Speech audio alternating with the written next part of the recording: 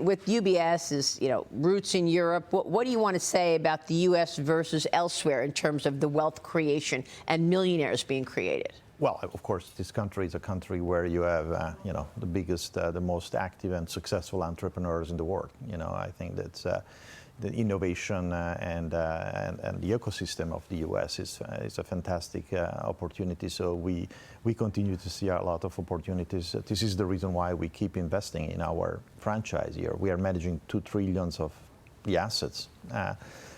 Are U.S. based. Our focus is to help our financial advisors to, with the best tools, best capabilities that are also coming with a differentiating global reach that we bring to the table.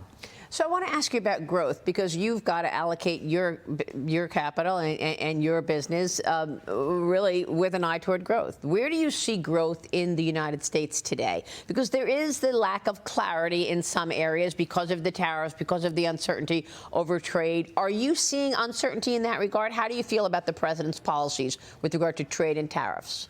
Well, look, the secular trend supporting the fact that the U.S. will continue to be a great place are intact. Of course, uncertainties is really, short term is definitely not helping.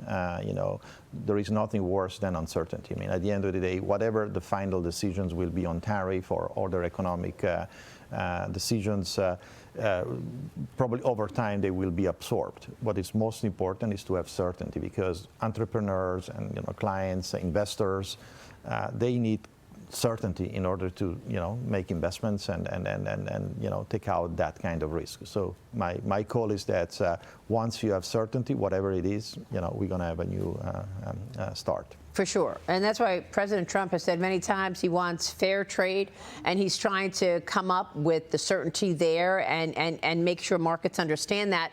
But he's brought wealth back to America in many ways, right? He's gotten all of this investment from all of his travels. Do you see today investors wanting to invest more in America? How do you see the perception of America today from an investment standpoint? Well, to be honest, I think that, in the last 3-4 years, I think that was a growing demand for diversifications. I mean, of course, the U.S. is by far still the reference economy and the place where to invest. I mean, if you look at the excess savings in the world system, they don't have any other meaningful place to go with liquidity and depth of liquidity like the U.S. So the U.S. will continue to be a leader in that sense. The dollar will continue to be a reference currency.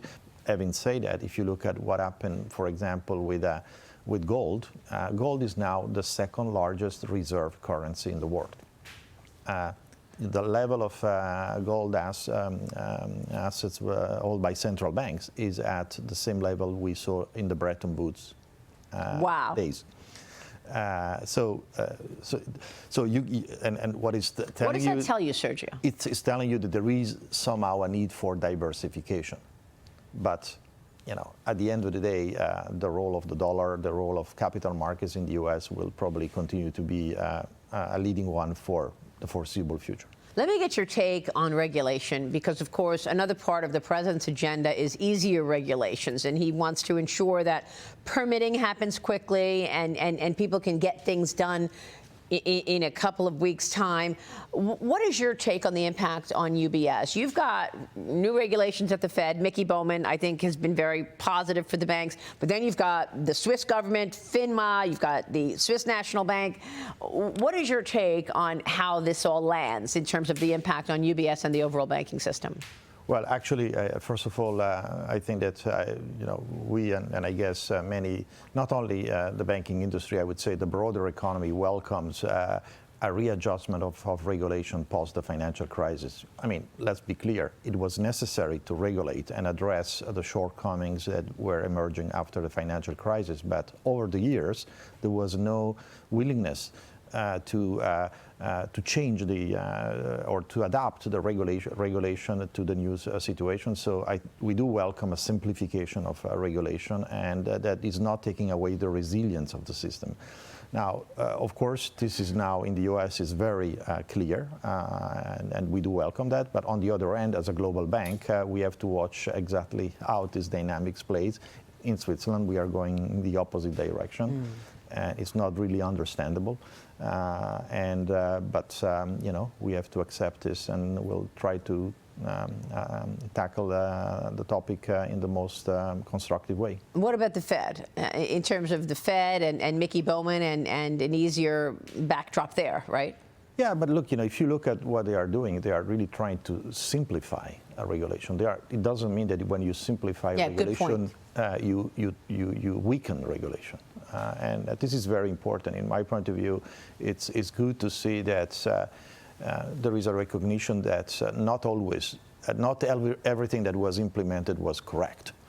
And there is intended or unintended consequences that were costing the economy. I mean, at the end of the day, it's not just an issue for shareholders of the banks. At the end of the day, an inefficient financial system is paid by the economy.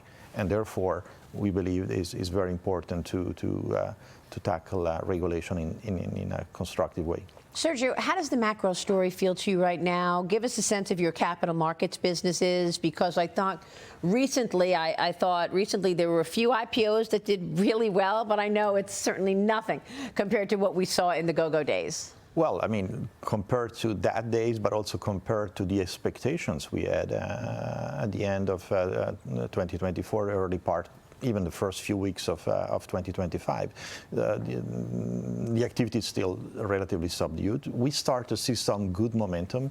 I mean, what is good is the pipeline of deals, the willingness of investors to consider IPOs or corporates to consider M&A and investments is there. So very good, it's healthy. But the market conditions and the uncertainty we were talking about before are preventing the deals to be being executed. That's the reason I do welcome if we have certainty in the next few weeks or months, let's say by the end of the summer, around tariffs, is going to be a very important moment to mobilize this pipeline. So have you seen your clients say, look, I'm not going to make investment decisions in terms of putting capital to work until I understand what the tariffs are? What are you hearing from big clients? Yeah, but what I'm hearing from big clients, I would say, is the same we are hearing in the market. The market is a wait-and-see attitude. Nobody's willing to go one way or the other. So investors and corporates are taking the same view.